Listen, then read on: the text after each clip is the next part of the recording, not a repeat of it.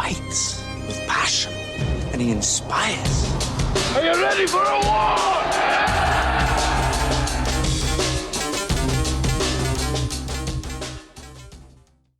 All right, welcome back to From 8 Arbitration, the midweek edition. It's going to be the finances edition, okay? Before I get into that, let me tell you where we're going. Branch 70 will be there tomorrow in San Diego, okay? Branch 70 tomorrow, San Diego. On the 12th, Sunday, Branch 709, Reno, Nevada. And as always, Sundays are difficult for people. We cannot thank you enough for coming out. Everywhere we've been on a Sunday, whether it's 2 or 2,000, like James said, we're going to be there. And just cannot thank you enough for those that show up on a Sunday to listen to us. It could be anywhere you wanted to be at your day off, and you choose to come out there, so we cannot thank you enough. So that'll be Branch 709, Reno, Nevada. That's Sunday the 12th. On the 14th, we'll be in Orlando, Florida, Branch 1091. That's Branch 1091 on the 14th, Orlando, Florida. Branch 133, Sacramento, California. We'll be there on the 16th. All right? So the 16th, Branch 133, Sacramento, California. And so that's kind of where we'll be in the next 2 weeks. So hopefully we'll see everybody there. Talk to us, ask us questions. We're going to have a great time. And we look forward to seeing everybody. What today's going to be, this episode, is not going to make you happy. It's one of those, I remember David Groskopf, when we talk about it a little bit, when he told me about the numbers, the finances, when he told his branch, because his branch sent him to go look at the books. And he told me, he said, this is a conversation I do not want to have with y'all. And it's just one of those things. When you hear the numbers, when you hear what's happening with us as far as the NELC and this current president, the spending, out of control, violations of the Constitution, you're not going to be happy. And that's just the bottom line. I know as rank and file, I was out there today humping it, sweating my ass off. So many of you around the country doing the same thing in light blue. We've been abandoned by the service. They've turned their back on us. You know, they treat us like we're second-class citizens. And you're fixing to hear about your agent. You're fixing to hear about your agent, the spending. And you will not believe it, okay? The one thing I ask you, and a lot of people were concerned about this, turn your anger into action. Turn your anger into action and vote, okay? Vote. Do not, under any circumstance, get out of the union. Do not, because you cannot vote if you do. And you've got to vote for change. You've got to vote for change. Fiscal responsibility will be one of the top priorities, getting down to the bare minimum of what we need and then seeing what we need after that. We have got to stop this spending. It is out of control, and you're fixing to see it, and it's going to make you angry. I'm telling you. I was hot, but I tried to remain civil. But we have David Groskopf, Rocky Ocasio, and Kamitra Simpson-Lewis. All three of them went to Washington, as well as Miss Pam Donato, and they looked at the books as much as they were allowed to. And you'll see what I'm talking about later. But so here it is. Here's the episode, the financial situation of the NELC. And it is what it is.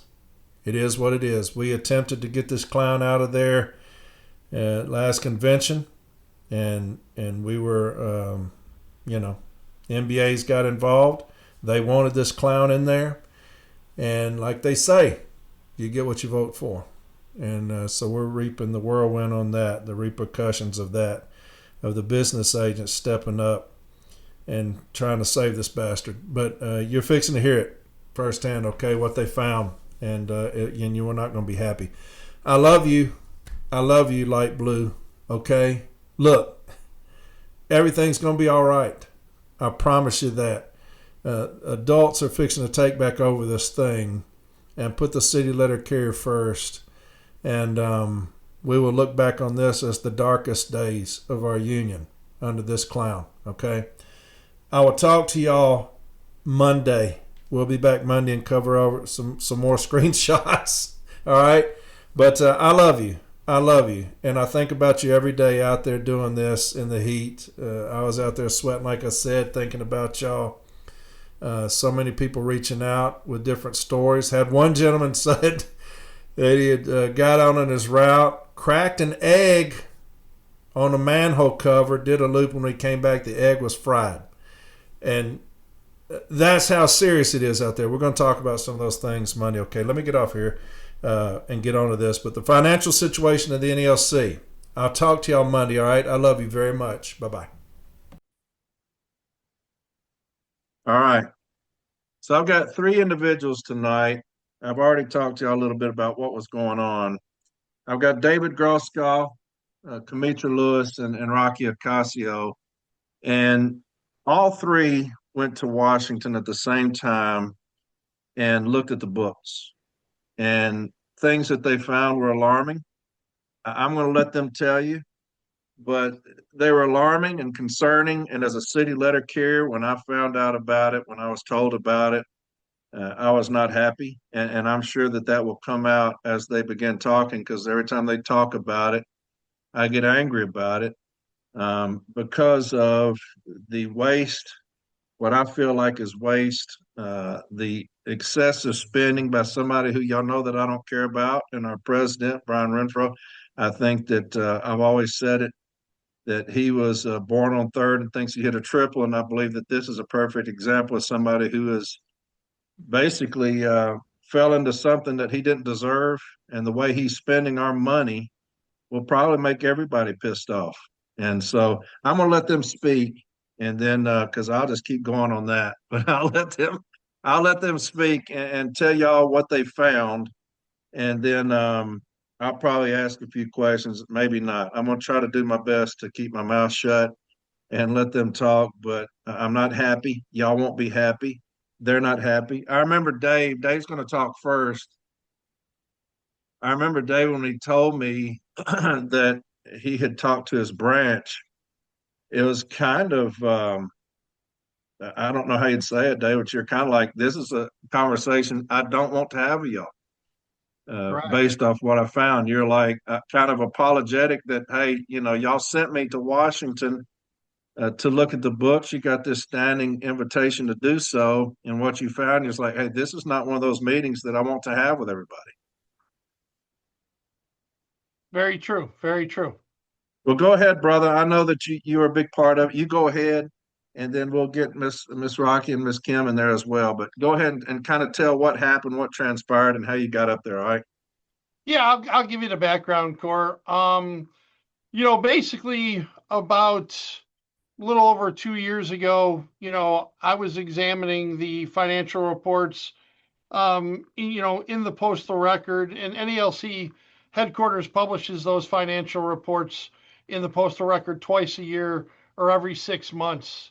And what I began to see was each report was showing during the Renfro administration shows that the NELC national headquarters spends more money than what's collected from the dues.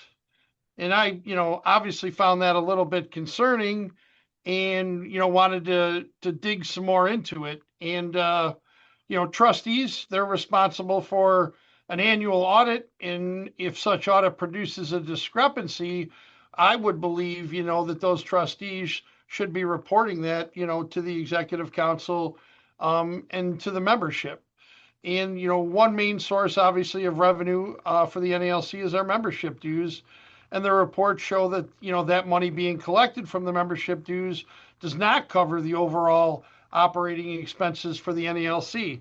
The reports also show that the amount of money needed to cover operating expenses has increased during the Renfro administration. The NALC headquarters files an LM2, and those reports show that there's been an increase in employee payroll and the use of consultants, amongst a lot of other things. I could talk for quite a while on here, what I'm seeing and what I seen when I was down there, but I'm trying to use the most extreme examples when I'm talking tonight. And based on the NALC headquarter financial reports and the LM2 reports, the increase in those expenses was concerning to me.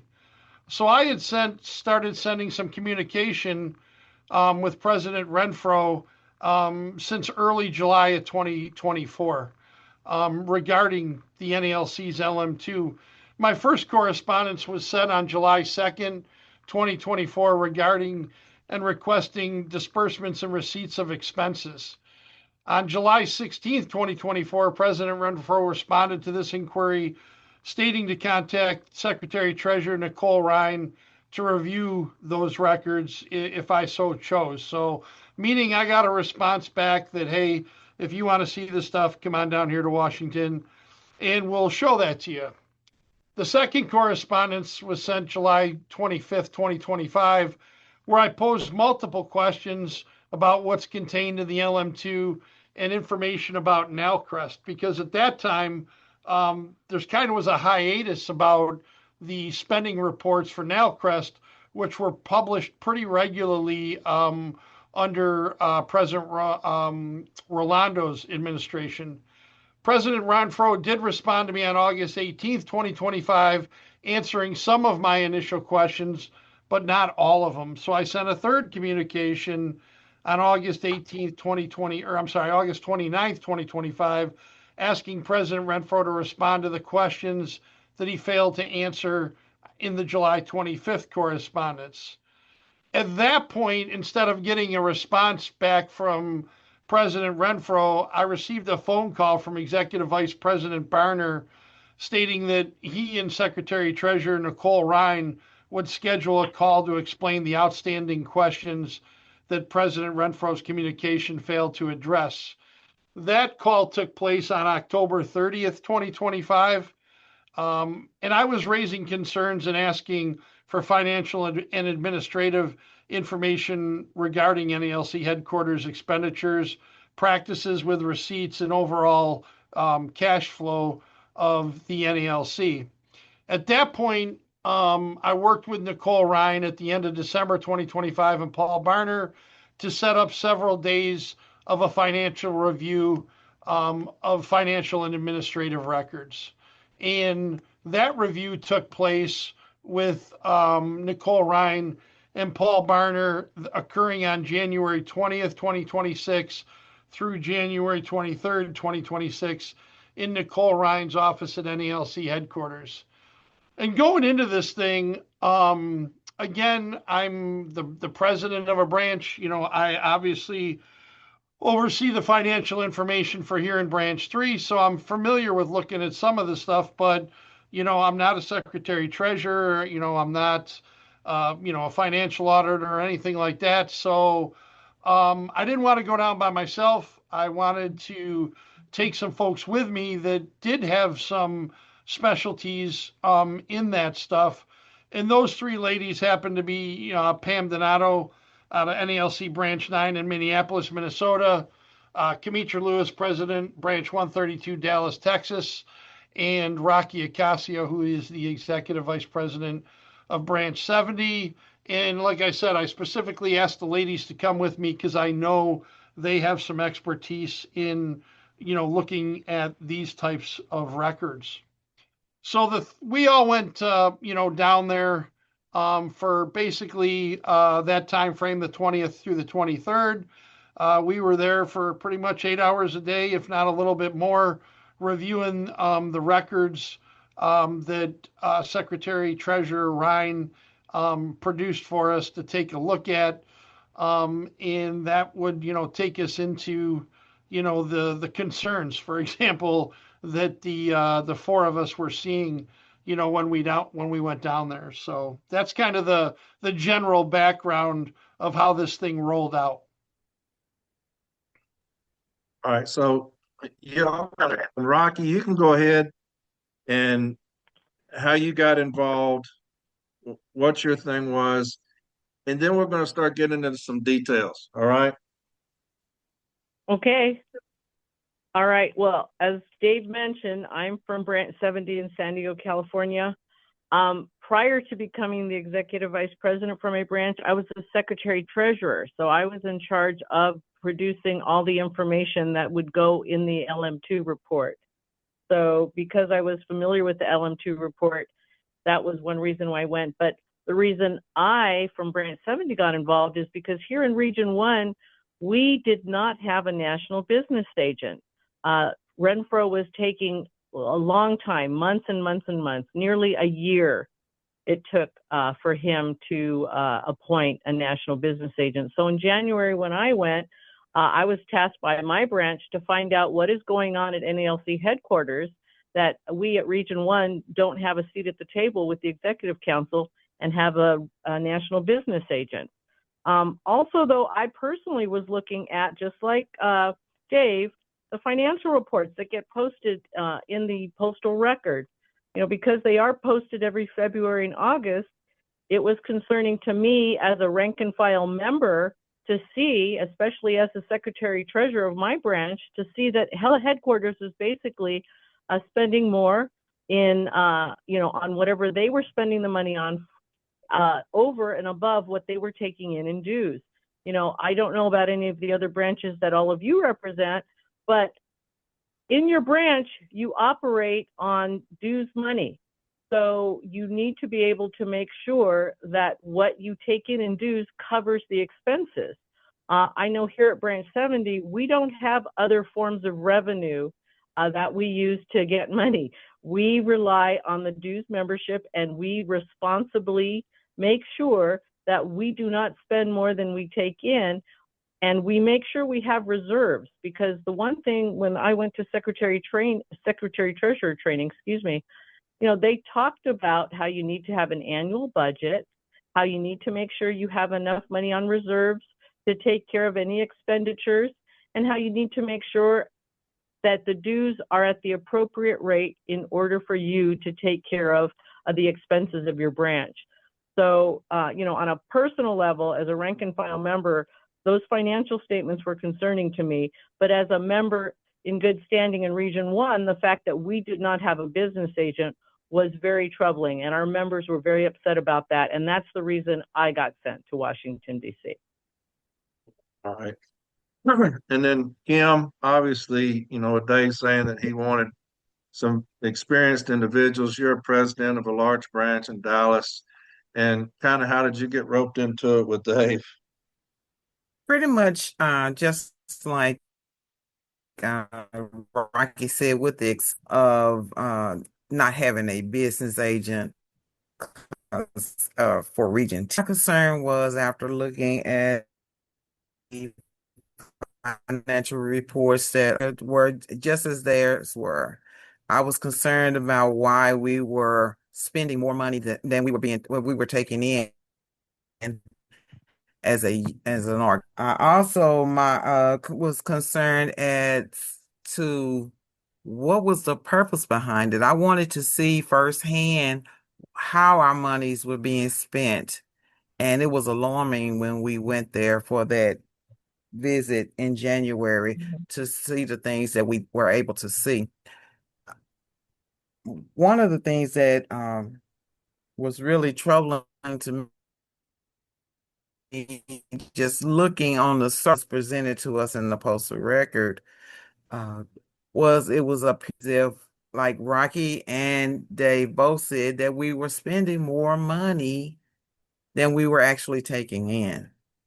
And we're taught to do pretty much just the opposite, whereas Rocky stated also, we are being taught in these classes that we attend yearly to make sure that we have a reserve in the event of an emergency.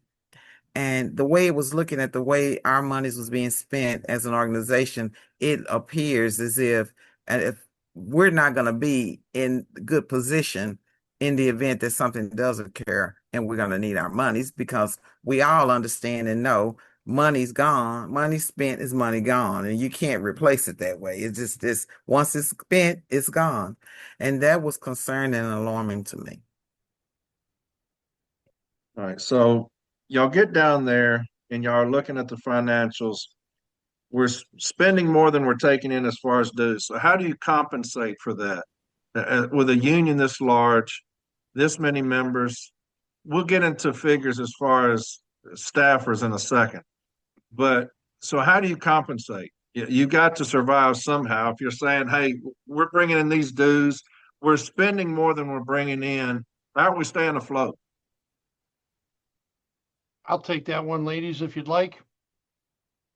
Go for it, Dave. Okay. Generally, there are three income sources for the NALC.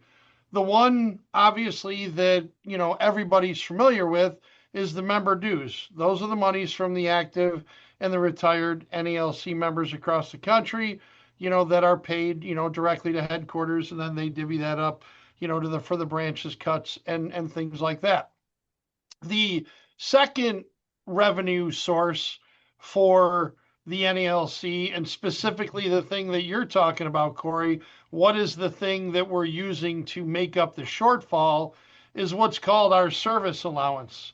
And what the service allowance is, that's monies received from OPM for the operation of the NALC health benefit plan. And the third thing that we have that brings in money is the building corporation fund. This is a listing of, all the NALC owned buildings and properties. Each of those properties, has its own LLC insulating it, from the NALC in case, whatever they're sued or something goes wrong and something like that. And the other thing that the members should know that, the main fiduciaries for the NALC is a firm called Willis Tower and Watson. The main auditors for the NALC are Dave Dorsey and his associates, which Dave is usually one of the folks putting on those trainings for the branches around the country, as far as how to run your branch. And then the health benefit plan and the annuity trust fund controller is controlled by an individual whose name is Rick Lafayette. So that's, good to your specific question, Corey. How are we making up that deficit because we're spending more money than the dues are bringing in? It's a combination of that service allowance and the building corporation fund, but the majority of that, from what I can tell, is from the service allowance. And according to the 2026 LM2 here, in the last year, NALC headquarters under the Renfro administration has taken out $29.5 million to cover costs associated with operating the NALC. Now, if you look at the 2026 LM2, it shows we are operating with a $2 million surplus. However, it's, simple math. If we didn't take $29.5 million out of the service allowance, we certainly wouldn't have a $2 million, to the good, budget. We'd be in the hole $27.5 million. So that's how it appears, at least looking at those LM2s, we're making up the shortfall in the dues money, not bringing in enough money to cover expenses. Well, that's mind-boggling to me. So if we didn't take out 29 million, was it 29 million? 29 and a half. Yeah, 29.5 million. million. I'm sorry, What was it? 29.5. Yeah, I just said 20. a half. Rocky said 29.5. I said 29 and a half. And 29. here's another number for you, Corey. So I went back and I looked at as far back as the LM2s would go on the Department of Labor's website, which is 2017. Under President Rolando in 2017, we took out $0 out of the service allowance. 2018, $0. 2019, $0. 2020, Fred took out $8 million. 2021, Fred took out $5.5 million. So over the period of 6 years there that Fred was in from 17 to 21, he took out $13.5 million out of the service allowance. Now, Brian Renfro, when you look at and going into 2022, because him and Fred kind of split that point there a little bit. So 2023, Renfro took out 12.25 million, 2024, 14.45 million, 2025, 19 million, and then last year, 29.5 million. In other words, the Renfro administration has taken $71.2 million out of the service allowance over 4 years. Again, Fred was 13.5 over 6. Brian is 71.2 over 4. Yes, do the math on that. How is that possible? I mean, are there things that we can point a finger at and say, this is why? I mean, you know, to try to help this man out as much as possible. Now, Fred, you said spent 13.5, took that out, right? Yes. And what was Brian's total number again? 71.2. God dang. So what are we looking at that we can say, well, most of it went to this? Is there something like that? Most of it went to this, or I can account for because I had to do this with it. Well, there's quite a few things. I mean, there's been an uptick, I'll call it, in the number of people that the Renfro administration, number one, has hired, whether those are replacement hires or whether those are new hires, and whether those, are folks that are on staff or things not considered normal staff. And then, you also have these new folks in these new positions that the president is offering compensation packages for. And it's quite staggering what some of these compensation packages are. Let's talk. Go Yeah, ahead. let's talk about that for a second, Okay. because you gave me some numbers, and Fred obviously did a very good job of when you talk about fiduciary things, except like you just talked about in his tenure, 13.5. But special assistants, he had, I believe y'all said 5 to 6. Is that right? And Yes, Renfro yes, is 5 to 6. And now Renfro is somewhere around 2022. Is that right? yes, that's correct. I mean, if you look That's at, right. let's look at recent LM2s. If you look at the LM2 report for 2022, 2023, there was 10 assistant to the president, and it went up to 19. And then you go to the next LM report from 2023 to 2024, it went from 19 to 20. And then I believe the next one, the 2024, 2025, has gone up to 22. So, it's doubled. And if you look at it, starting with when it used to be about 5 or 6, it's doubled. And in some instances, you could say it's tripled, quadrupled.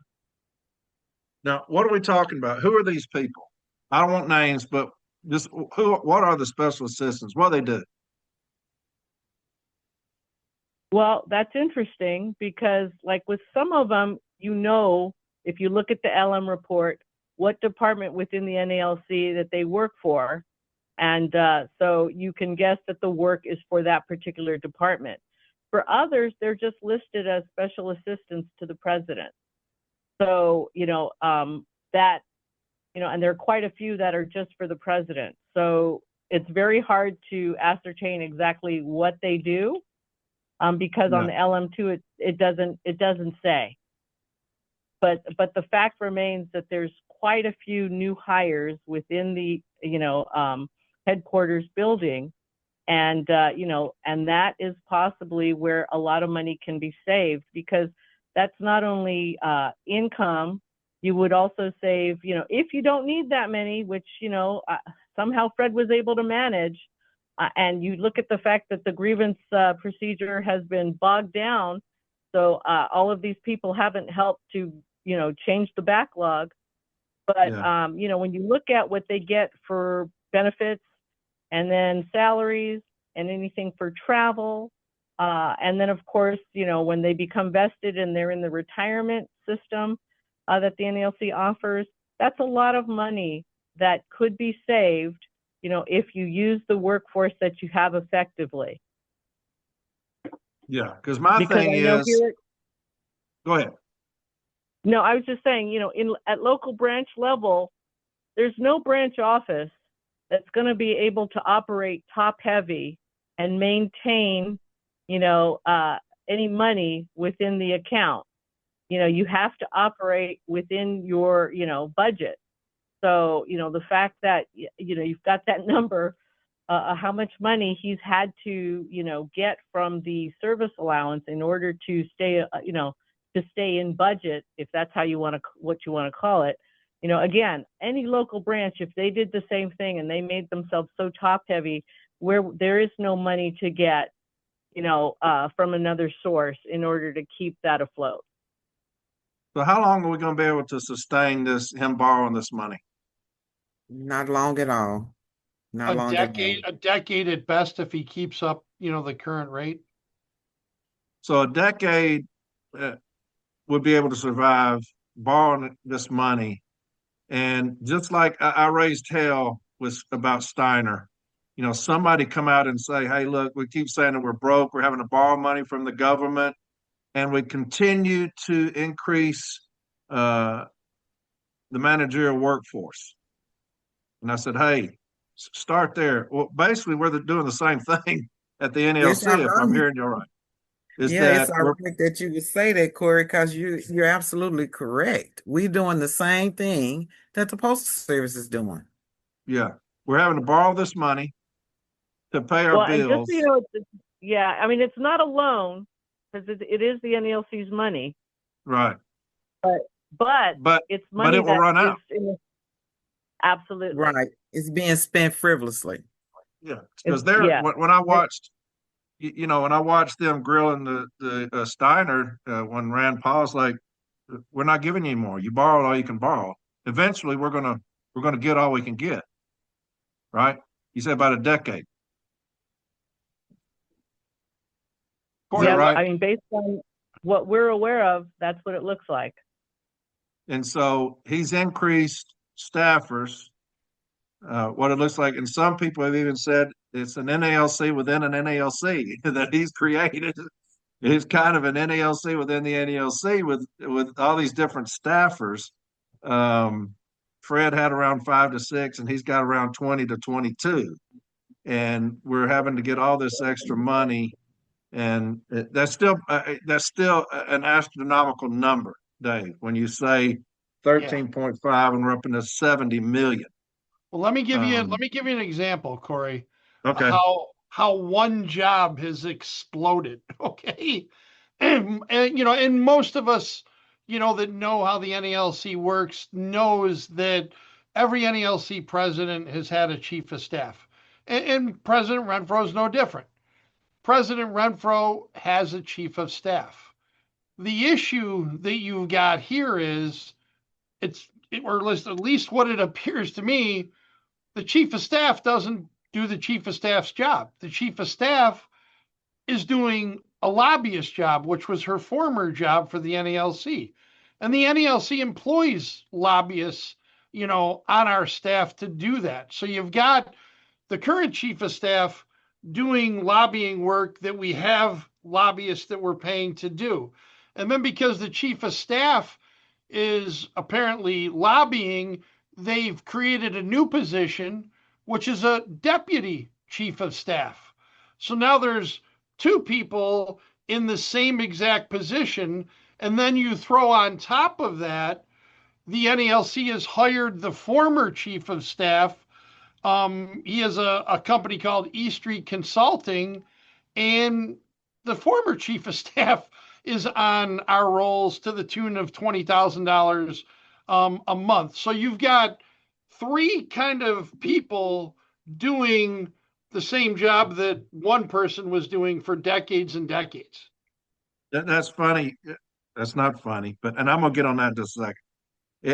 And this is one of the things that I was raising hell about years ago with the postmaster here in Nashville. The MCSO position is right up under the postmaster, manager customer service, right up under the postmaster. It called for one position, and they would have two or three right doing the same job. And so anytime they're bitching about something, I'll be like, hang on just a second. Y'all got three people doing one job. And so that's basically what you're saying is you got Brian with the chief of staff who's not doing chief of staff duties. They're doing lobbying duties. And so he's hired two other people to do the chief of staff's job because the chief of staff isn't doing their job. Is that right? Correct. And when you start talking, numbers, like for example, in financial year 26, the chief of staff grossed $281,172, in gross salary. Then you're paying E Street Consulting $20,000 a month. Then you've got the deputy chief of staff whose gross salary is $118,457,000, $118,457.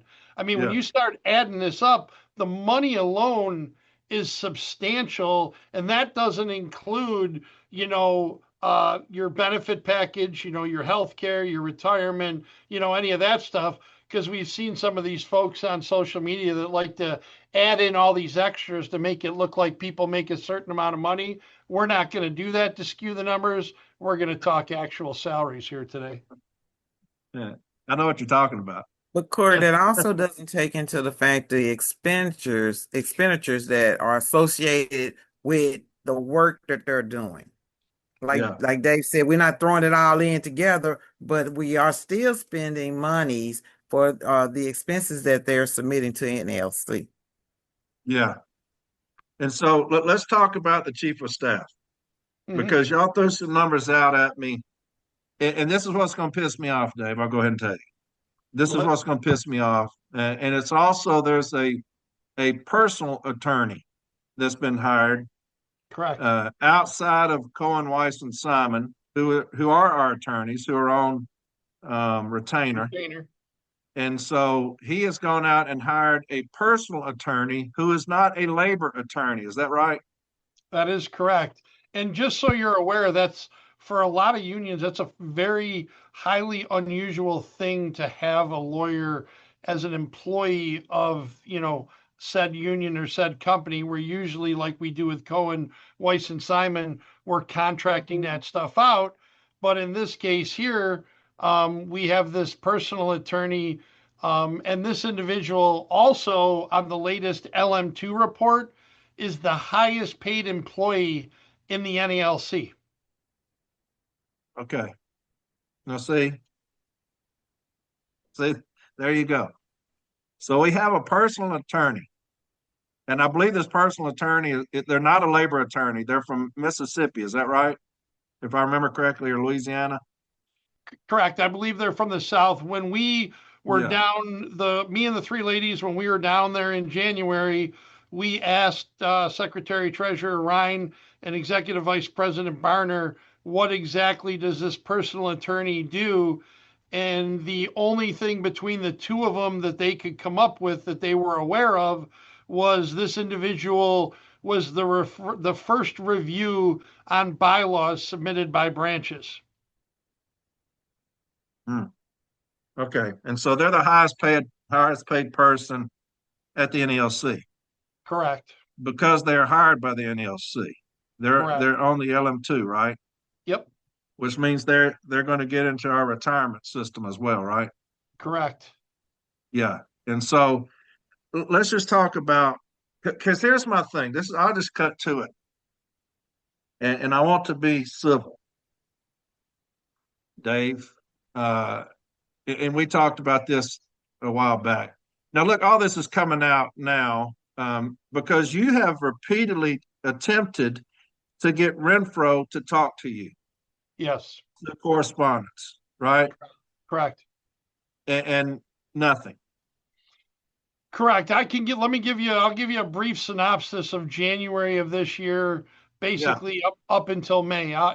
So on January 27th, I emailed President Renfro an information request relating to the chief of staff and the personal attorney's bonuses.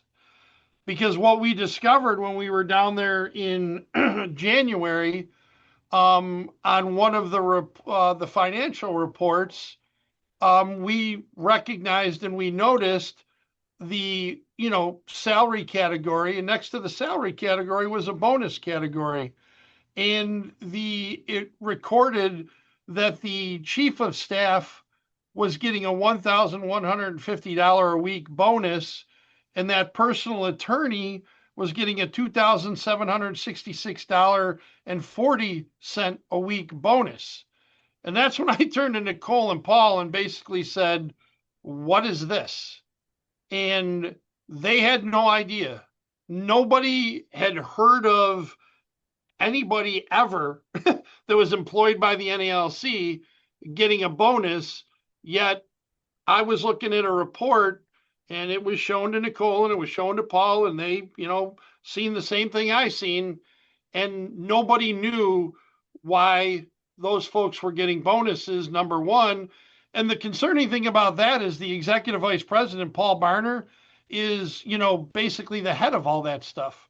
And he's got no idea that this is happening. Nobody can explain to us why these two positions were being paid bonuses. And for example, we didn't see any other positions that received bonuses, just the chief of staff and just the personal attorney. Now the chief of staff was getting how much a week bonus? $1,150. And the personal attorney was getting what? $2,766.40. Okay. On top of their salary and benefit package.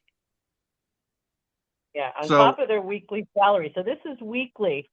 And I want to point out, besides the fact what David mentioned about Nicole and Paul being both surprised by this, our NALC Constitution under Article 9, Executive Council requires the Executive Council to approve and or ratify, salaries, wages, all of that. So if in fact the Constitution was followed, that should not have been of any surprise to either of those two. Brian Renfro has not adhered to our national Constitution. Well, that's not the first time. Correct. Let me keep. Time, but that adds to the fact as to why there's so much money that's outgoing, because he's doing things that he's not getting approval from the Executive Council for. And Corey, when we tried to get copies of the minutes from those Executive Council meetings, they denied us that. That's what I was fixing to get to. Dave, go ahead. I know you had something. I would say, let me keep going because I'm going to get Rocky makes an excellent point, and this communication between myself and President Renfro from January until May will back that up. So I also asked for copies of offer letters for any new hires, copies of Executive Council meeting minutes specifically correlating to new hires and or payroll compensation and explanation of the chief of staff's travel. That was on 1/27/26. On 2/10/26, I emailed President Renfro asking him to respond to my 1/27/26 communication, among other things, and the national president failed to respond. On 2/24, I then had no choice because the national president was refusing to communicate with me. I had no choice at that point to keep this conversation between myself and the national president. I then emailed the entire Executive Council asking them to get answers to my 1/27/26 communication between myself and President Renfro. And I sent all 27 members. There's normally 28, but like Rocky said, Region 1 didn't have an MBA. That's why I sent 27 certified letters with the same email enclosed. Multiple members did ask for my questioning to be put on the Executive Council agenda. The national president did put it on the next agenda, and what I was told, he spent very little time addressing any of it and moved on. So on 3/10, I again emailed the Executive Council notifying them that I had not received a response for my 1/27/26 communication. And by this time, those certified letters the USPS track and confirm were coming back. So when I started plugging all those in, Region 8 refused my certified letter, and Region 4 refused to pick it up when they were notified. Again, Who was that? Region 8 refused the letter, and Region 4 refused to pick it up when they were notified, which I find extremely bizarre when somebody's trying to send communication to you about the finances of the National Union. Two business agents couldn't be bothered, to open that letter. And again, on 310, I asked the executive council to get a response from him. President Renfro does respond on 310, and he states that he will not supply any human resources or employment information other than, quote, what the law requires him to. He will not provide any payroll documents. He will not provide any job offers. He will not provide any executive council meeting minutes. He states he would be happy to answer any of my questions relating to the things he is denying. And he states that the chief of staff's travel to Turkey and Greece were due to political trips with members of Congress. And I've said this before about the NALC. It runs around how it's the most transparent, democratic union in the nation. And here you have the president of Branch 3 asking very specific questions. I'm not throwing an information request out there trying to drag a net and look at all this stuff. I asked for very specific things when it came to payroll records, when it came to meeting minutes, because what I wanted to do is exactly what Rocky said. Rocky read exactly what that Constitution says. The president has the right to hire. The president has the right to set payroll and compensation packages. But when he does that, the executive council has to approve that. Now, one would think if that's what the Constitution says, that would be in your meeting minutes so you could prove that. He's clearly told me I'm not getting those meeting minutes, and he's clearly using our own lawyers saying, well, I'm not providing a member in good standing in the NALC, aka myself, any of this information. And that, obviously doesn't sit well with me. So then on 323, I emailed President Renfro asking if the executive council, I cut right to the chase. Like you said, Guri, on 323, I emailed Renfro and asked him if the executive council approved the weekly bonuses of the chief of staff and the personal attorney. And if so, to please provide me with the date of the meeting. Why did I do that? Because on 310, he said he'd be happy to answer my questions. Right? On 521, again, I emailed the executive council asking if they can get answers to my 323-26 and my 127-26 communication, and that's when the airwaves go dead. Since May 21st, I have not heard a dang thing about anything. I've been denied copies of everything, and there's no evidence that the national president followed the Constitution when he offered those pay and compensation packages to those individuals. And then what we did, just so you know, because people might be like, well, wait a minute, Dave, that was 521. Today's whatever it is, 7-8. How come, you're waiting until 7-8 to say something? Because I was waiting for the 2026 LM2 to be released, which was released on 6/29, to double check to see if, in fact, those bonuses and things were corresponding to the chief of staff and that personal attorney's, records in that LM2, which they do. And that's why now we're saying something. At this point, the national president and the majority of the executive council clearly aren't going to answer these questions. So unfortunately, now it's time that I got to tell a story, like I said, and like you so eloquently put, that I didn't want to have to tell my membership. I remember you telling me that. I remember Yeah, telling you saying that you went to your members and you was like, "This is not a meeting that I want to have with you correct. about the call it corruption, whatever you want to call it." To me, if you're hiding stuff like that, as a dues paying member in good standing, I should have access to those minutes We talk about because transparency all the time, right? you work for me. I don't work for you. You work for me. And But just so you know, Corey, one other thing. Nicole Ryan told the four of us we were the first people in the history of the NALC to ever come to NALC headquarters to review records. really, The first ones.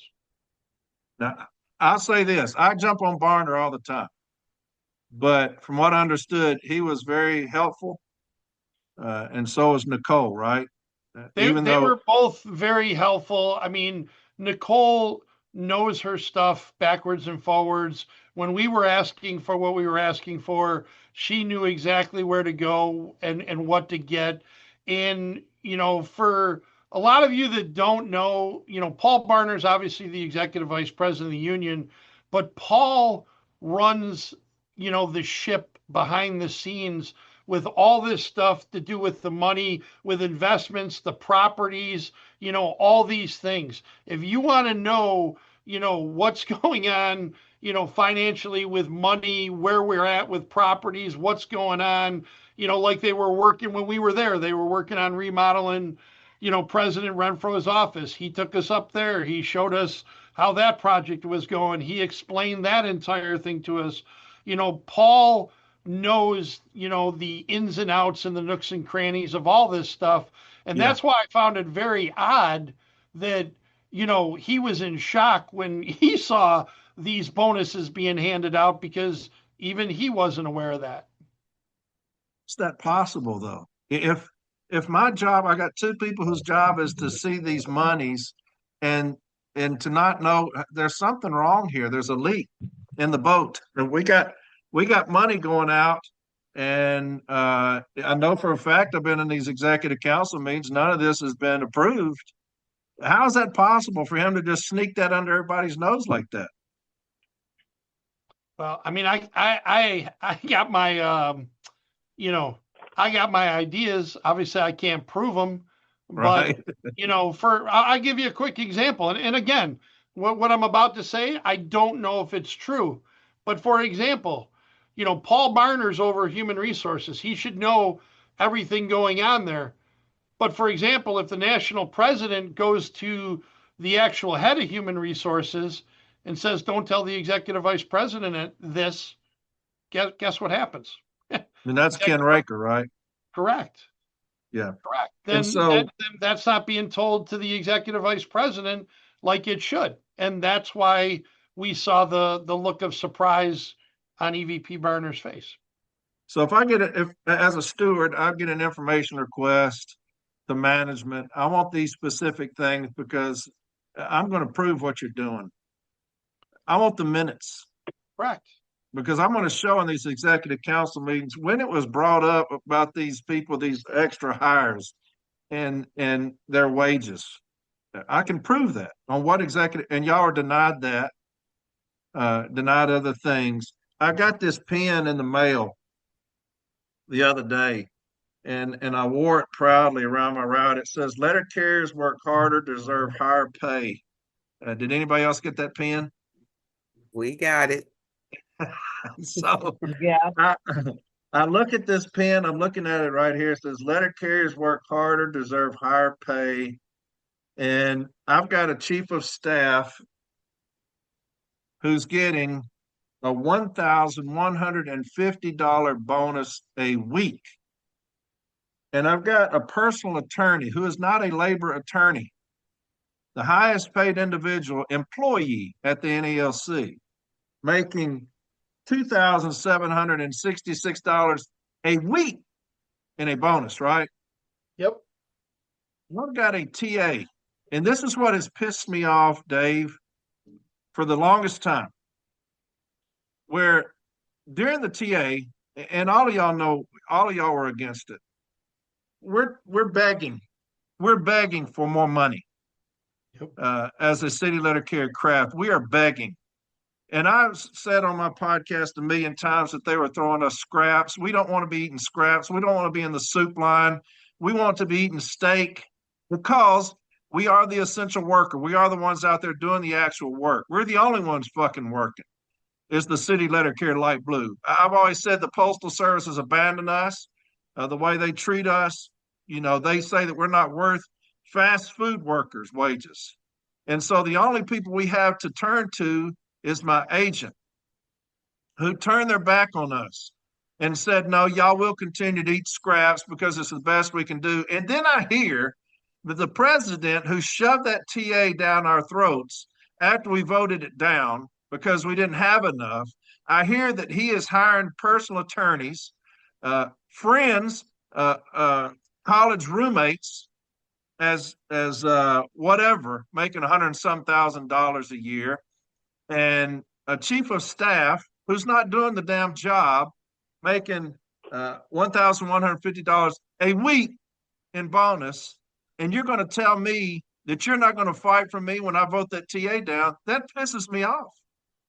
That, as light blue, that pisses me off, and it shows that we will. What is this? What is the saying about eating cake? Can't have your cake and eat it too. Well, we're eating cake, and so the problem is I've got somebody that's so out of touch. Is let them eat cake, right? Let them eat. You want to talk out of touch, Corey? Yeah.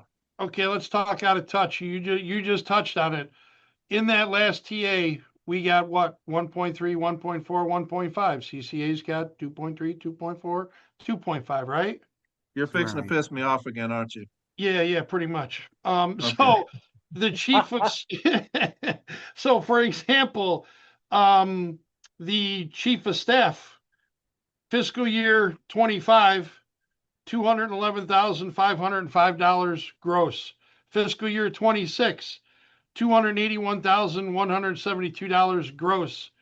Percent increase in 1 year, 33%. Personal attorney, financial year 25, 256,169. Financial year 26, 353,342. Percent increase, 38%.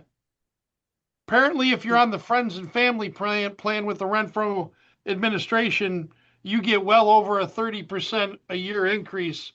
But if you're a member of the union that he represents, you get 1.3, 1.4, 1.5.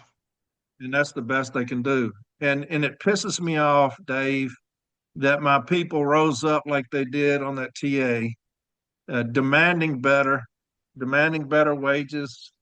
Hell, I would go off every week on here about what you did to us as far as that TA, and begging to fight for us, begging my agent to fight, refusing to do so. And the entire time, he's given a chief of staff a 33% raise, and a personal attorney who's not even a labor attorney, just a personal attorney that he hired on as basically one of us, 38% raise.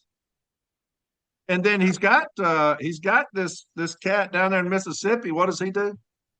Director of Community Jason Service. Bailey. You're referring to Jason Bailey, who's the Director of Community Service? Director of Community Service down in Mississippi. Yeah. He's not a city letter carrier either. Nope. He's a cat down in Mississippi. And just so you know, Corey, letter carriers. Correct. Kamitra is correct. That job was held by Pam Donato. That job was held by Christina Davidson. A letter carriers held that job exclusively until the Renfro administration. And now we have this individual, making six figures a year. And when we went down there, we reviewed, what the director was making, and we could only see he was probably in the building at NELC headquarters. And again, we only saw a portion of the year's records, but if we average that out, he might have been in the building a handful of times a month if you were lucky. This guy's making six figures, benefit package, the whole nine, and he's not in the building. We don't know where he is. So what was Barner's and did they have when y'all were showing them this, did they have any concern? Were they like, holy shit, we didn't know? Yeah, I mean, ladies, you can, back me up on this. I mean, some of the stuff that we were reviewing, you could just tell by their physical reaction, which you don't think anybody's an Emmy award winning actor in that room. They were genuinely shocked by what we were uncovering. There's no doubt about it. And just for the record, I mean, Nicole and Paul did back up our general premise of of how that spending is going, meaning we're taking in, less dues, and we're spending more money than we're taking in. And, basically the service allowance is the only thing, bailing us out. Because I asked what I thought was the obvious question. We get this money for the service allowance, for our healthcare plan through OPM. And what would happen if for some reason the current administration of the country, the next administration of the country, whoever that may be come election time, what happens if one day they say, hey, guess what? People who run health benefit plans, we're not going to reimburse you anymore. Then what? Which is real. I mean, that's a real thing. That's my point. And I said, what happens then? And, kind of the response was, when we're going to have to obviously come up with a game plan if that happens. I said, well, why don't we not wait for that to happen, and let's try to come up with a game plan for that now, Well, how is it that Fred was able to just be 13.5 and Renfro's put 70 on that ass? Again, the staffing was much less under Fred Rolando. Yeah. He was a better caretaker of our finances. That's the truth. Yes. Well, and also if you look at, I'll bring as an example, look at what happened when they were going around the country with the TA. They had 4 locations where you could go to discuss the tentative agreement. When Fred was in office, they would pick one location. So, and the 4 locations that were selected were expensive locations. San Francisco, I believe, was one of them. Washington, D.C. Was the other one in Texas, Demetra? Yes, Houston, Texas, and I can't remember the 4th location, but and he brought the entire executive council to all 4 locations. Something that he could have said. And the bodyguards. That's right. Those are other hires. But see, something where the Renfro administration could have been smarter and spent money one time on a location where it would have been less expensive and more attendees could attend, because that was the other thing. There weren't very many attendees at each of these 4 because it was short notice and because they were spread out, and because it was expensive locations selected. I just remember the last time we actually had to talk about a possible, contract change was, they brought us all to Las Vegas, a central location where it was well attended and a lot of branches were able to go because there was enough notice. Well, when you spread out the 4 locations, the notice period shortened.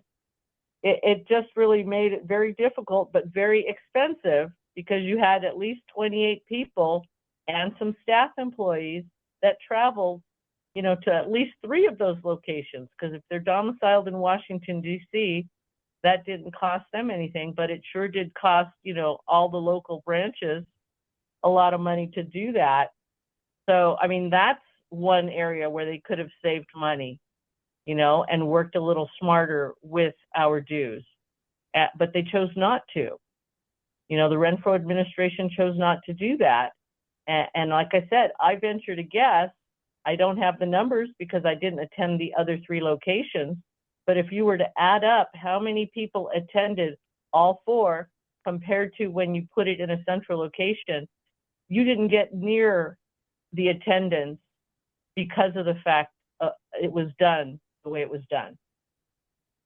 Do we know how much those attorneys cost a month? Which Is there a folks? firm? Is there a firm that he's getting those? I'm sorry, the guards, bodyguards. Again, I haven't seen these numbers.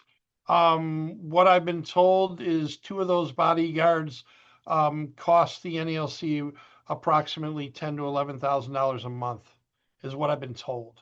But I have not seen that. That wasn't some of the records that were made available to us January 20th to the 23rd. But that's what I've been told. Something else I want to talk about a little bit, Corey, because it's just something I don't understand. Again, going back to my 127-26 communication with President Renfro, I asked him about to give me an explanation of why the chief of staff went to Big Sky, Montana, Greece, and Istanbul, Turkey. And he sends me an email back, and what he tells me is, well, those were political trips. That's how I know the chief of staff is doing political lobbying work and not doing chief of staff work.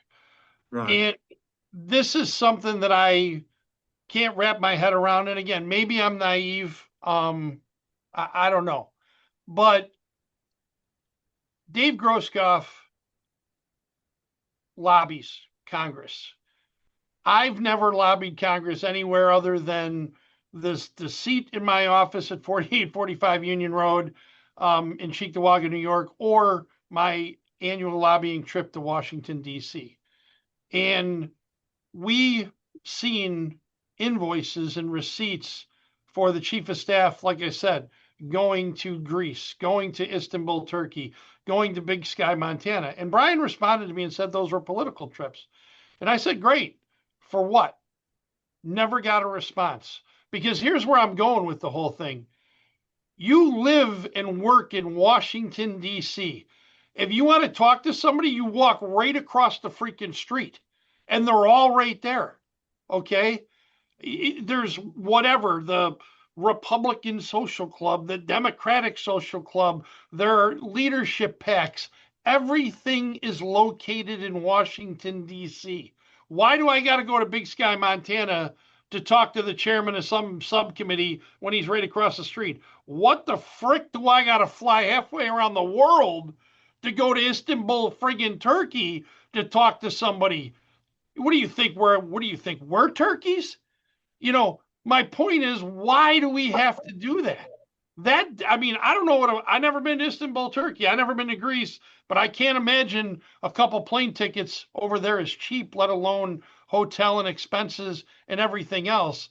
And again, I wouldn't, and I thoroughly understand politics and how that stuff works and things like that. Listen, if we were going to Big Sky, Montana, if we were going to Istanbul, Turkey, if we were going to Greece, and I had, polka passed in Congress, I'd shut my mouth because I would see that expenditure was paying dividends. Okay. But I'm not seeing that, and that kind of frosts my ass that we're spending that kind of money and we're not getting anything in return. And since those trips, I've been told the president and the chief of staff have been to London, England. And again, if there's some other reason, because for example, I know like for Food Drive or for Uni, the global union for the postal unions, we have to go overseas, for some of these things. I understand that. But if somebody could please explain to me why my chief of staff is halfway around the world and I'm not being shown anything to the men and women that I represent in the political arena that benefits them, then, Dave Groskopf's got a problem with that. Did you say the Let's president? let's not forget though, Corey, that's not her job. Correct. Yeah. We have lobbyists that we pay to do that stuff. So the chief of staff and the president went to London. England, yes. Now, if I'm not mistaken, and y'all correct me if I'm wrong, in the Weir report, this chief of staff was the one who told Fred Rolando that she was not comfortable being around Brian. Is that right? That's true. That's correct. Yes. Huh. Well, I ain't gonna.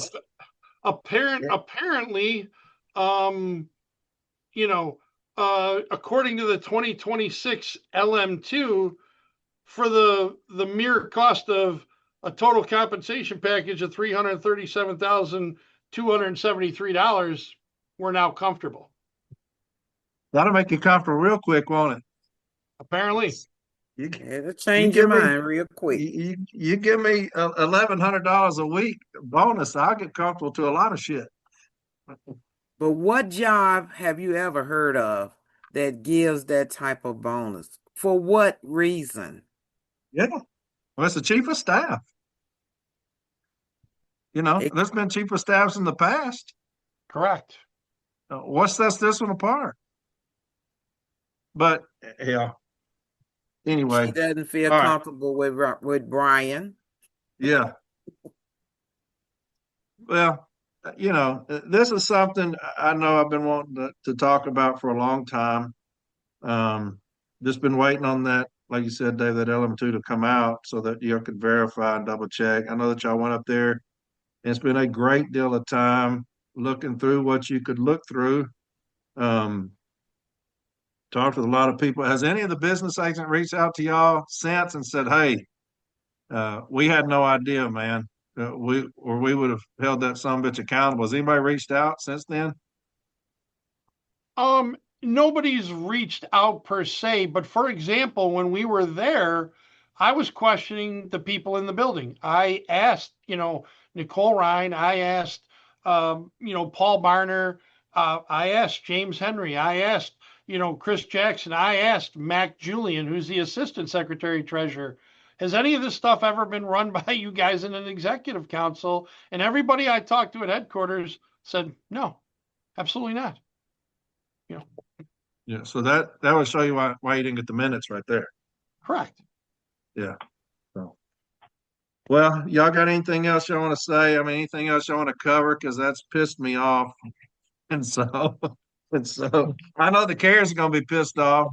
Well, And the one thing I would say to everybody is, you cannot, no matter how frustrated you are at the TA, no matter how frustrated you are at everything that Renfro's done or has not done, the one thing you cannot do is get out of the union. And that was what we were afraid of, is people like, what the fuck am I in the union for? This son of a bitch is spending more than we're taking in, and he's paying people all these fat ass bonuses and pissing on us.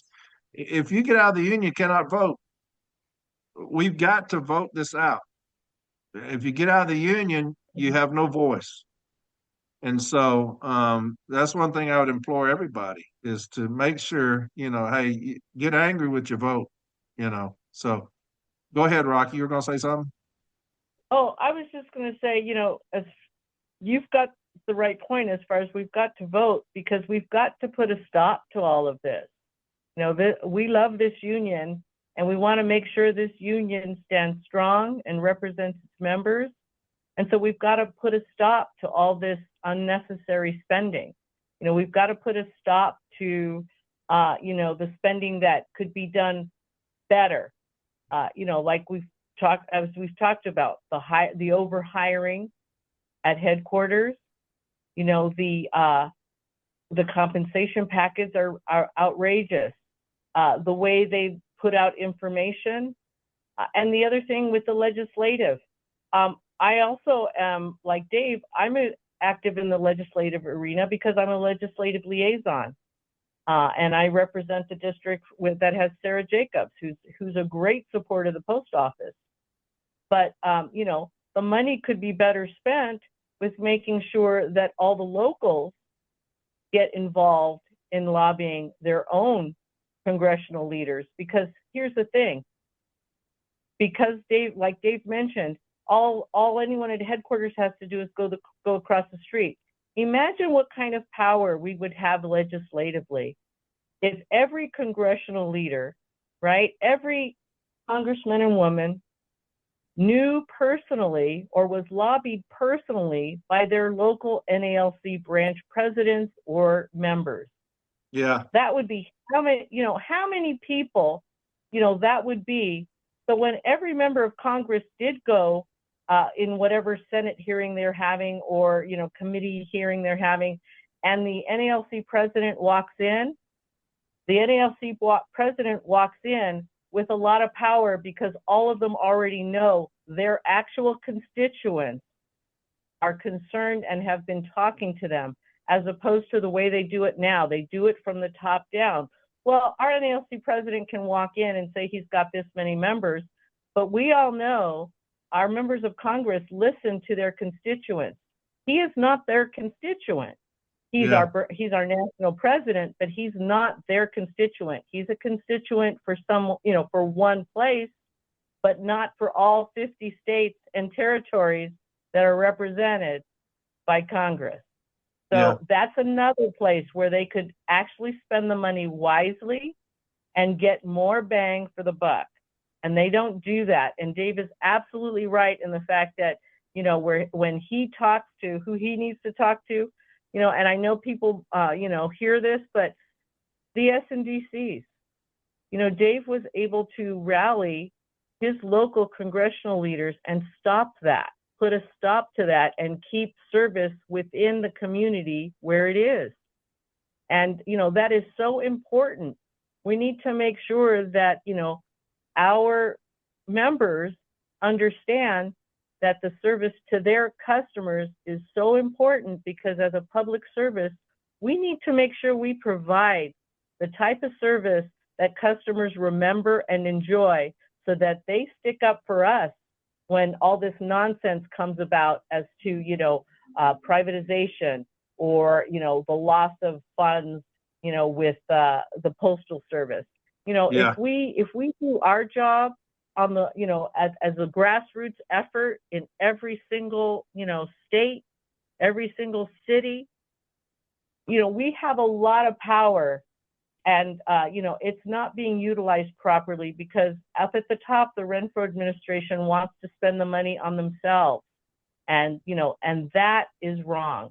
And again, the biggest perpetrator is Renfro himself, because he is abusing his power as the president of the NALC. So we need to make sure that that power is ended by electing and voting for a new NALC president. Well, you're 100% right. And, I know that Vafiata's business agent Region 2 just said, I would re-elect Renfro because he speaks so well to Congress. That's it. This son of a bitch has spun us into oblivion, pissed on the city letter carrier, continues to do so, turned his back on us as far as the will of the city letter carrier and the TA, but he speaks well to Congress. We're going to be broke in a few years, but at least he speaks well. Others have come out and said, well, he speaks so good to Congress. That's what we need to be doing. Like you said, that's what branch presidents and the constituents need to be doing. The rank and file can be doing that now. Mm-hmm. That's who the voters are going to, the Congress and Senate is going to listen to, the voters. I've always said, what do I say? You need to get out in the public. Get out in the public and tell them who you are, what we do, why we're important, why we're essential. We need to be doing that. But you're going to say you're going to reelect some bonehead because he speaks well to Congress. We should be doing that. That's our job. And we pay people to do that. But you're going to keep somebody in there that's going to destroy this union because he speaks well. Good God, we are in trouble. In Region 2, what are y'all thinking? I know Rooney is going against somebody who's a huge Renfro supporter, talking about, well, if Renfro asked me to be on the slate, I'd be on the slate. I would run from Renfro if I was anybody. If he came talk to me and say, I want you to be on my slate, I'm running out the door. No. He is devastating us, and I don't get it, man. I don't understand this infatuation with this cat who every time you turn around, it's something else he's doing, because, again, he was not ready. He was not ready for this. This is a beast, a beast of a job, and he was not ready. You need somebody who's been in those fires as a fighter, and he's not it. And he's showing you, it's like a country club to him. With just inviting your friends, But anyway, and we are sinking, Corey. We are sinking in every area. We Yeah, are. We are absolutely. Name an area, Kim, and it's the grievance procedure sinking. You know, you look finances sinking, arbitration nationally sinking. Yes. You got education sinking. They finally came out with this module that they're using after 3.5 years of him being in office. We finally have a module they've come up with to educate damn people. Sinking. You're right. DRT. It's been hijacked. It's useless now because they're just sending things up. Backlog there at the DRT. Not enough arbitrators sinking. Mm-hmm. You're right. You name something. Nothing he has done is working. There's not one facet of this union that's working under this clown, and you got people still kissing that ass, and I don't get it. Well, I there's just a don't get it. facet that's working, Corey. That's the friends and family plan, brother. Yeah. If you're a friend of them, my man, hey, if you're a friend of this cat, you in there because you're on the hook forever with these because they're going to get that retirement. You're on the hook forever. They get to 5 years and that's it. You can be paying them forever to be sitting down there playing Call of Duty. Yes. But anyway, anybody else got anything they want to say? I'm going to get riled up, man, and I'm going to be on here an hour. But anybody else got anything they want to say that y'all have forgotten or anything? No? Well, there's a lot more, but I think for today we're good. I think you're right. I think you're right. But hey, I appreciate y'all more than you know going up there, walking into that. I do appreciate Barner and Nicole, Ryan, because like y'all said, that what they could do, they did. Um, so I do appreciate them, but for y'all to be the first ones in history to go do that, that speaks volumes about that as well. We need to be more invested in that, more interested in that. And when we take over, hopefully people will be, and they'll see that we have brought this thing back to like it should be and not all this wasteful spending, cut this thing down to the bare bones and see what we need really. But I appreciate all three of y'all coming on and speaking to the people about what y'all found. And, maybe we'll do this again, but I think that y'all have said enough to piss everybody off. But so anyway, thank y'all again for coming on. I hope you'll have a great night, and I will see y'all when I see you. All right. Thank you. All right. All right. Good night. Y'all have a good night. See y'all.